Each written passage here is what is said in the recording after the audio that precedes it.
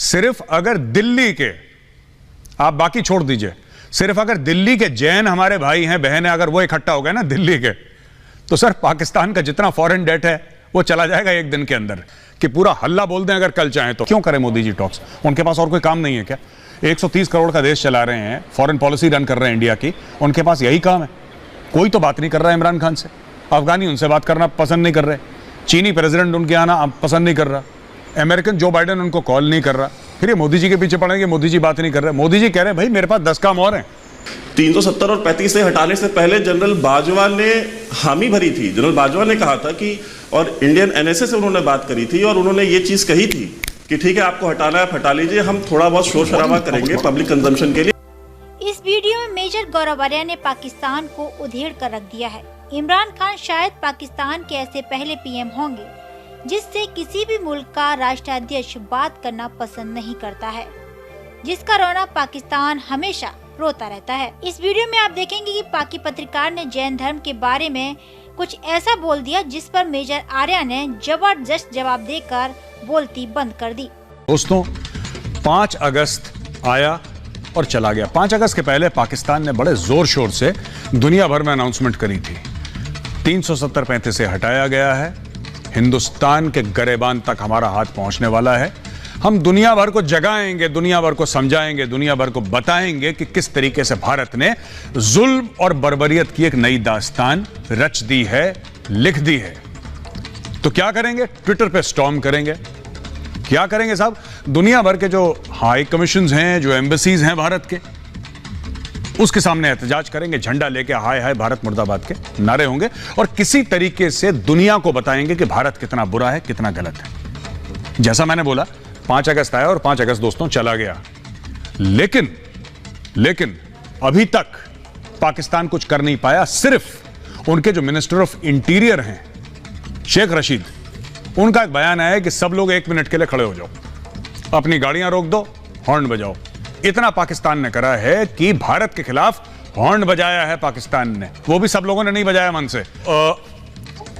मैं बात करूंगा सबसे पहले मारिया इकबाल तराना जी से, और आपसे मारिया जी एक बात पूछना चाहूंगा कि बड़े जोशो खरोश से पाकिस्तान ने अनाउंस भी करा था हफ्ता 10 दिन पहले 5 अगस्त के, कि बोला था कि हम ये करेंगे वो करेंगे, सारी एम्बेसीज के आगे हम एहतजाज करेंगे और एक्सपोज करेंगे भारत को, भारत के गिरेबान तक हाथ ले जाएंगे और दुनिया को बोलेंगे, कॉन्शियंस जगाएंगे हिला के, सबको बताएंगे कि साहब भारत कितना गलत कर रहा है। ट्विटर स्टॉर्म मैम हुआ क्यों? कुछ नहीं, कहां पे कमी आ गई कि पाकिस्तान जो चाहता था 5 अगस्त को लेके वो नहीं कर पाया? कहां कमी रह गई? सबसे पहली बात तो ये है, बहुत शुक्रिया आपका मेजर साहब इनवाइट करने का। और दूसरी बात ये है कि जहां तक आपने बात की, जो मोदी साहब की पिक्चर्स लगाई वहां पर इस्लामाबाद में, अगर आप इसका तनाजुर देखें तो आपको पता चलेगा कि एप्लीकेशन ऑफ आर्टिकल 370 जो था on the 5th of August 2019, बजाय ये कि वो कहीं कश्मीर को वादा किया गया था कि ये सोशो इकोनॉमिकली आगे लेकर जाएगा, बजाय आगे ले जाने के वो उसको बहुत सही नहीं किया। तो आप देखें मारिया जी, मैं माफी चाहता हूं, मैं बीच में आपको काट रहा हूं। नॉर्मली हम लोग बीच में काटते नहीं अपने गेस्ट को इस शो में, लेकिन आप मेरे सवाल का जवाब दीजिए। मोदी जी की फोटोग्राफ लगी थी, आप छोड़ दीजिए, कश्मीर आगे गया रिवर्स गियर में, 6th गियर 5th गियर की जगह रिवर्स गियर में चला, वो छोड़ दीजिए ना, हमारा मसला है। मैं ये पूछ रहा हूं, फिर से आपको मौका दे रहा हूं मैम 30 सेकंड का, आप ये बताइए कि पाकिस्तान की फॉरेन पॉलिसी कहां चूक गई इस मामले को दुनिया भर के सामने उजागर करने में? मेरा ये आपसे सवाल है। आप मुझे ये बताइए, ठीक है आप मुझसे पाकिस्तान की फॉरेन पूछ रहे हैं, मगर पाकिस्तान की फॉरेन पॉलिसी कश्मीर के ऊपर बहुत क्लियर है। बात ये है कि मुझे ये बताइए ऑन योर एंड, आपकी फॉरेन पॉलिसी में कहां पर पाकिस्तान के साथ बहुत दफा पाकिस्तान ने आपको ऑफर किया डायलॉग के लिए, कश्मीर के लिए आके बैठ के बात करने के लिए, मगर कहां पे एक्सेप्टेबिलिटी अभी तक आई? कहां पर मोदी जी ने जो था वो कभी इन्विटेशन भी कोई एक्सेप्ट किया? हालांकि इमरान खान साहब ने बहुत खुले से 2-3 दफा जो है वो मोदी साहब को ये ऑफर किया कि let's come and talk about it, मगर ये है कि मेरा ख्याल है कि वो बहुत ज्यादा इस वक्त वो वाले हाथी बने हुए हैं मोदी साहब, जिनको ये लगता है कि बस गर्दन में सरिया होना चाहिए और बस सीजन में ऐसे ही चलता रहेगा। तो ये ऐसे नहीं होगा साहब, अगर जब तक बिल्कुल मारिया साहिबा, मारिया साहिबा, मैं अभी जाता हूं वैभव सिंह के पास, मैं वापस आपके पास आऊंगा और वापस मैं राजा फैजल से भी बात करूंगा। वैभव, मारिया इकबाल तराना का यह कहना है कि अच्छा, 2 बार मैंने वही सवाल पूछा, उन्होंने सवाल का जवाब नहीं दिया। वो कह रही हैं साहब कि मोदी साहब को टॉक्स के ऑफर दिए थे, उन्होंने मना कर दिया और वो टॉक्स नहीं कर रहे। मेरा तो सिर्फ ये कहना है, क्यों करें मोदी जी टॉक्स? उनके पास और कोई काम नहीं है क्या? 130 करोड़ का देश चला रहे हैं, फॉरेन पॉलिसी रन कर रहे हैं इंडिया की, उनके पास यही काम है। कोई तो बात नहीं कर रहा है इमरान खान से, अफगानी उनसे बात करना पसंद नहीं कर रहे, चीनी प्रेसिडेंट उनके आना पसंद नहीं कर रहा, अमेरिकन जो बाइडेन उनको कॉल नहीं कर रहा, फिर ये मोदी जी के पीछे पड़ेंगे, मोदी जी बात नहीं कर रहे। मोदी जी कह रहे हैं भाई मेरे पास 10 काम और हैं, सवेरे उठ के योगा करते हैं, फिर देश की सेवा में लग जाते हैं मोदी जी। उनके पास कहां पे टाइम है मैम इमरान खान के लिए बात करने को? इमरान खान दे क्या सकता है भारत को? कुछ नहीं दे सकता। He can give nothing. Vaibhav please. देखिए, सबसे बड़ी चीज़ ये है कि मारिया साहिबा को ये पता नहीं है कि मोदी जी 1.3 बिलियन जो आबादी है जिस देश की, उसके वजीर आज़म है, उसके प्रधानमंत्री हैं, उनके पास और भी बहुत सारे काम हैं। लेकिन इनकी जब मारिया साहब जो कह रही थी कि भाई आपकी फॉरेन पॉलिसी कहाँ चुक गई, देखिए हमारी फॉरेन पॉलिसी कहीं नहीं चुकी। और मेरे साहब, आप जो इनसे सवाल पूछ रहे हैं उसका जवाब मैं दे देता हूँ कि पाकिस्तान की फॉरेन पॉलिसी कहीं नहीं चुकी। एक्चुअली अगर आपको याद हो तो हमने डिफेंसिव ऑफेंस पे इसके ऊपर प्रोग्राम भी किया था। हमारे कुछ जो सहाफ़ी दोस्त पाकिस्तान में हैं, उन्होंने हमको इस बात से इन्फॉर्म भी किया था कि 370 और 35 से हटाने से पहले जनरल बाजवा ने हामी भरी थी। जनरल बाजवा ने कहा था कि, और इंडियन एनएसए से उन्होंने बात करी थी और उन्होंने ये चीज़ कही थी कि ठीक है आपको हटाना है, आप हटा लीजिए, हम थोड़ा बहुत शोर शराबा करेंगे पब्लिक कंजम्पशन के लिए, लेकिन हम इसके ऊपर कोई भी जो रद्दे अमल बॉर्डर के ऊपर या किसी भी और लेवल पे, सीरियस लेवल पे हम नहीं करेंगे। और देखिए हुआ भी वही।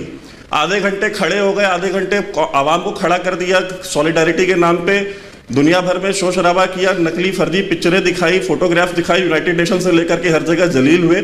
और उसके बाद अब आकर के कह रहे हैं कि भाई बात कर रो। और अभी इमरान खान ने यूनाइटेड नेशंस में कहा था कि भाई आरएसएस और हिंदुत्व की जो है आइडियोलॉजी वो रास्ते में आ रही है।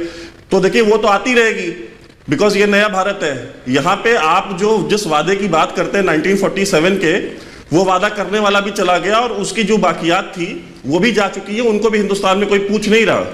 तो कश्मीर अब इंटीग्रल पार्ट था हमेशा से इंडिया का, अब उसको जो है कि ऑन पेपर कर दिया गया है और वो वैसे ही रहेगा। आप उसको चीखते रहे, चिल्लाते रहे, आपकी फौज तो भाई वो तो बिस्कुट, चॉकलेट और जूते चप्पल और पता नहीं क्या क्या स्टील मिलें बनाने में बिजी। आपने तो नहीं पूछा कि वो जो लेफ्टिनेंट जनरल टोक्यो गया है आपकी ओलंपियंस को लेकर के दुनिया भर के, वो क्यों फेल हुआ? आप नहीं पूछते पाकिस्तान स्टील क्यों फेल हो रही है? आप ये नहीं पूछते कि पीआईए क्यों फेल हो रही है? जब आपने सारे अपने इंस्टीट्यूशंस फौजियों को दे रखे, आपने आवाम को कश्मीर के पीछे लगा रखा है, आप सही सवाल नहीं पूछ रहे। आप सहाफी हैं, आप जर्नलिस्ट हैं, आपका काम है ये पूछना कि पाकिस्तान क्यों फेल हो रहा है। और मोदी साहब उनसे बात नहीं करेंगे। मोदी साहब के पास बात करने के लिए शी जिनपिंग है, ओबामा है और जो बाइडेन है और पुतिन है।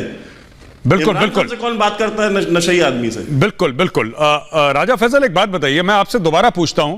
खैर बड़ा अच्छा लगा नीरज चोपड़ा के बारे में पाकिस्तानी मीडिया ने बड़ी अच्छी बात करी, लेकिन एक पाकिस्तानी मीडिया ना बार बार एक चीज चूक रहा था कहने पे, मैं ऑन रिकॉर्ड कहना चाहता हूं। वो कह रहे थे नीरज चोपड़ा को बड़ा इंडियंस ने फैसिलिटेट करा और इंडियंस ने बड़ा हेल्प करा नीरज चोपड़ा को, नीरज चोपड़ा का मेडल। एक अच्छी बात है, वो तो है ही सर नीरज चोपड़ा की, और बहुत बहुत धन्यवाद आप सब लोगों का, शुक्रिया कि इंडियन गोल्ड मेडलिस्ट को आप लोग इतना सराहते हैं, इतना प्यार आपने दिया।